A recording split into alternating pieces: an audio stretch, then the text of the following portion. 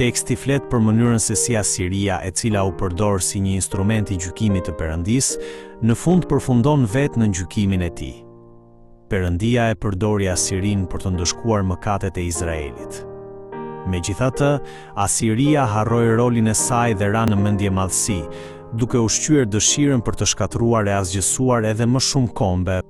Për më tepër, duke thënë, princat e mi nuk janë të gjithë mbretër, ajo e lartësoi veten sikur të ishte një mbret mbi mbretërit, duke sunduar mbi mbretërit e vendeve të shumta që kishte pushtuar.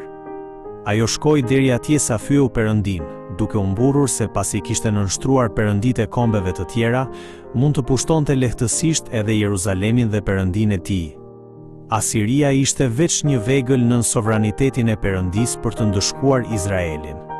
Por ky instrument, duke mbivlerësuar forcën e vet, arriti deri atje sa të sfidonte vetë Perëndin. Ashtu siç gjykoi mendje madhësinë e Izraelit, Perëndia nuk do ta lërë pa ndëshkuar as Asirinë e vetkënaqur. Perëndia nuk e toleron kurrë mendje madhësinë.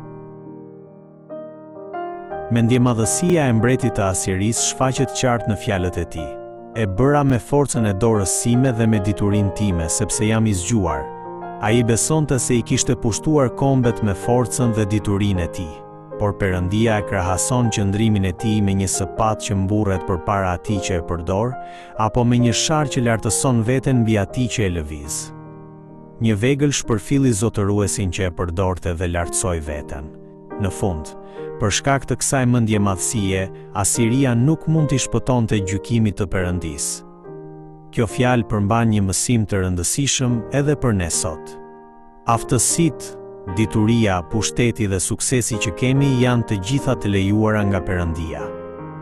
Në momentin që atë që na ka dhënë Perëndia e konsiderojmë si meritën tonë dhe mburremi me të, mund të bijem në të njëjtën mendje madhësi si Asiria. Meqense Perëndia është sovrani që sundon mbi të gjithë botën, ne nuk duhet ta lartësojmë veten para tij. Shkrimi i Shenjtë thotë: përpara shkatërimit vjen kryelartësia dhe përpara rrëzimit fryma krenare. Për të shijuar një marrëdhënie të ngushtë me Perëndin, mbi të gjitha duhet të braktisim mendje madhësinë, të pranojmë se çdo gjë është hiri i tij dhe të jetojmë me përulësi.